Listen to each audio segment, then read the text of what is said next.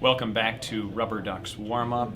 Marco LaNave, and as we try to warm up for baseball season, we've got our hot stove banquet, and we've got Tim Kurkjian of ESPN joining us. Tim, it is such a pleasure to have you here in Akron, Ohio. Thanks for being here. Well, my pleasure. Anytime we can get a bunch of people together to talk about baseball on a freezing cold January night, you can count me in. Well, we know you're fascinated by baseball. When did you start to think of a career in baseball journalism? This was the only language we spoke in my house growing up, believe me. This isn't something I just got interested in after college. My dad had a great feel for the game. He was a really good player. My two brothers are in the Hall of Fame at Catholic University for baseball.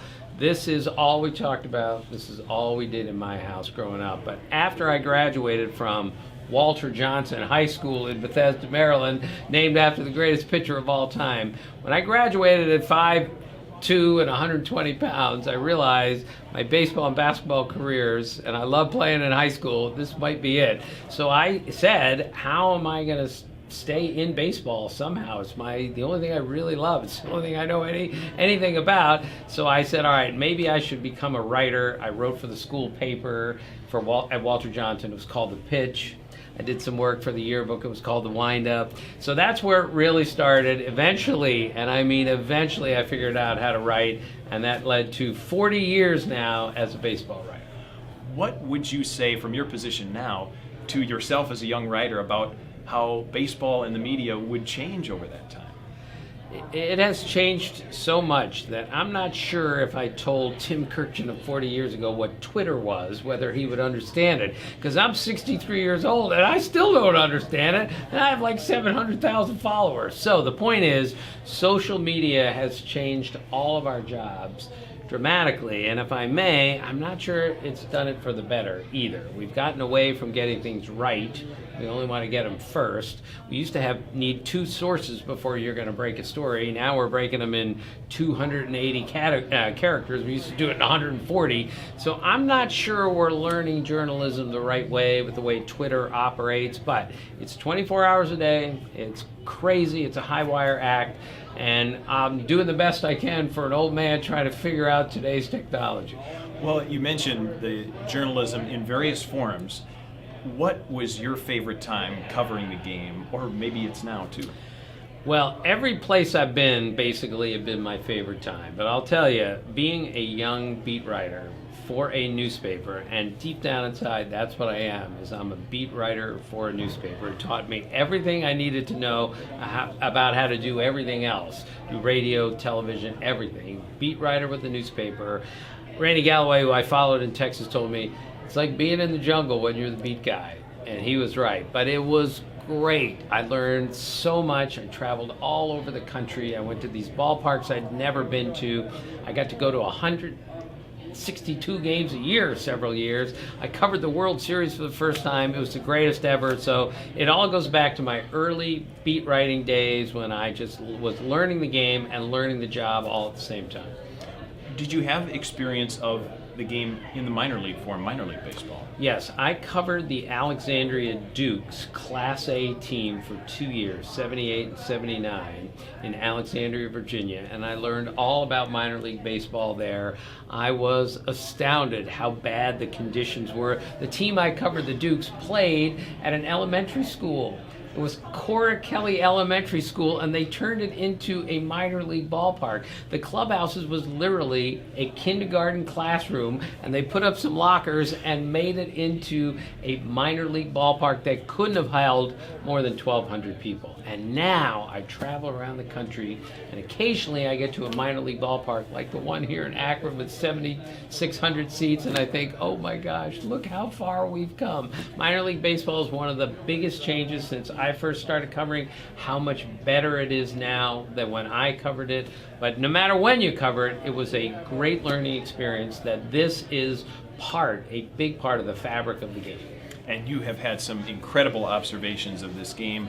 Many of them are contained in the book. I'm fascinated by sacrifice flies, which our hot stove guests will get. One of my favorite parts of this book was when you took a little deeper look at those who have gone before us now. A couple of those, Tony Gwynn and Earl Weaver, and looking at them sort of looking backward, they were almost kind of ahead of their time in terms of their awareness of the game. They were so far ahead of their time. Earl Weaver is used all of the sabermetric stuff that we use now. Matchups, fly ball pitchers, ground ball pitchers. He knew all that, but it was all up here. He didn't need any sort of computer screen or everything else. He was way ahead of everyone. He hated sacrifice bunts, okay? He hated, all he wanted was to keep the double play in order and to keep all 27 of our outs. What used to drive him crazy is when the other team wanted to bunt, tried to bunt, and his pitcher wouldn't throw a strike, he'd scream, "They're giving us an out, let them do this." Way ahead of his time. Tony Gwynn, same thing. Tony Gwynn used to go into visiting ballparks on the road, and he would have his cassette tapes, you know, those clunky things, and he would have the pitcher that they were facing that night. He'd hook up all the stuff in advance and standing on chairs and everything else in order to get it hooked up, and he would watch the pitcher who was pitching that night. Now everyone's got every at bat on their phone. He would set it up, and they'd look at him like, "What are you doing?" And he would say, "Don't worry, I'm working here." And that's how Tony Gwynn was way ahead of his time. And the game has evolved. In your time, what would you say is the most positive development for the game of baseball? Well, the players are so much bigger and stronger and faster and, dare I say, better than I've ever seen. I can't even get over how good Mike Trout is. His neck is this big, and he runs like a deer.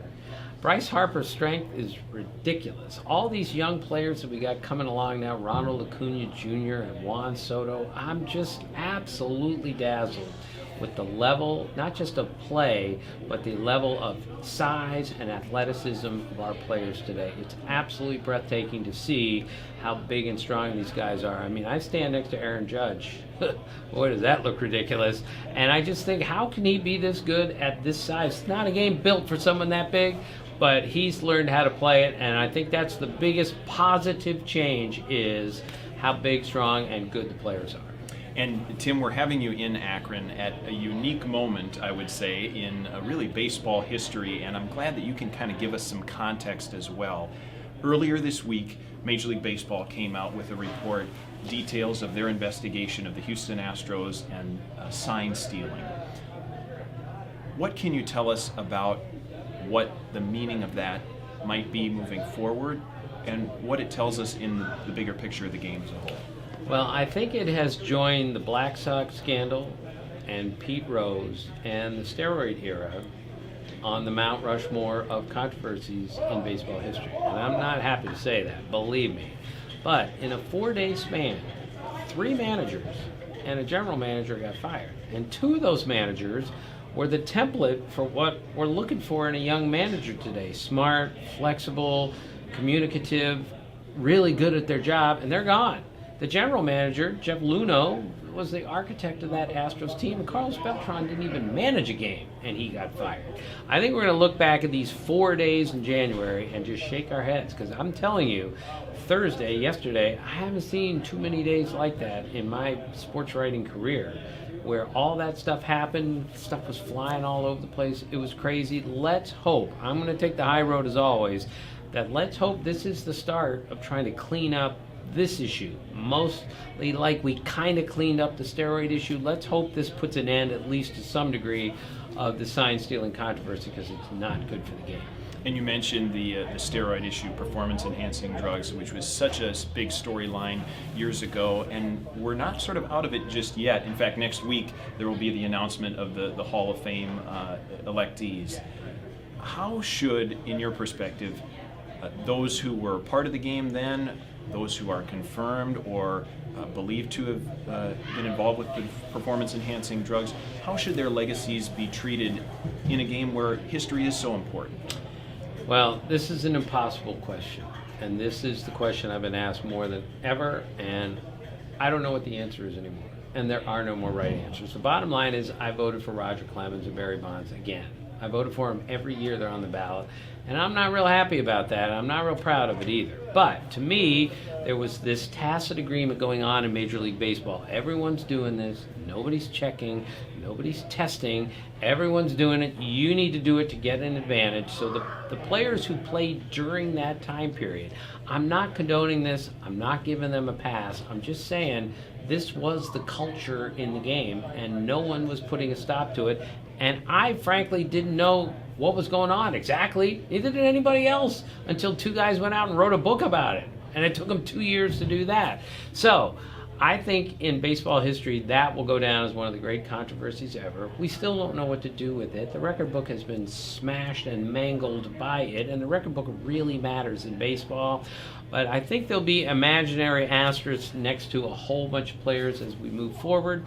And then we have to go forward to the next group, the Manny Ramirez's and the Alex Rodriguez, who got caught and tested positive when we were checking. I think they're in a different category even than Bonds and Clemens. But others say if you cheated, and you're not getting in the Hall of Fame. And the bottom line is A-Rod, Manny Ramirez, Bonds, and Clemens, who knows, 10 years from now, we might be saying they're still not in.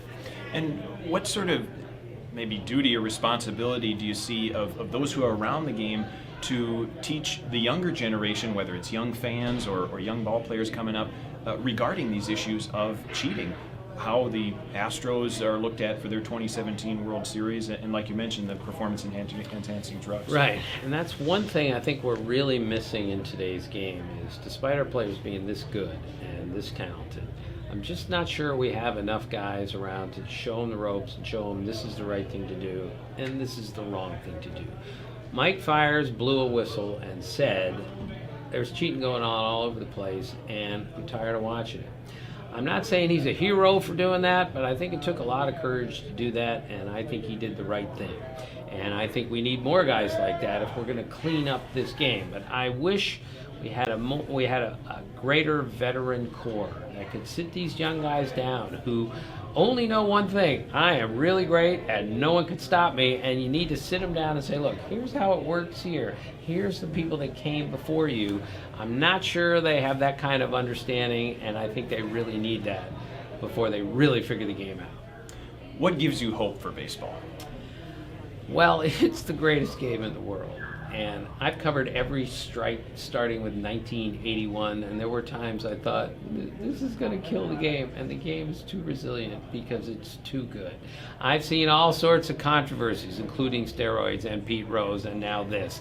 And the game will always survive because the game is too good not to survive. And we have some issues in the game, I understand, but we've been playing it for 125 years, and it's a beautiful game. I just hope we don't take any more of the art out of the game. We just got to leave the players alone and let them play a game that was so beautifully constructed so many years ago.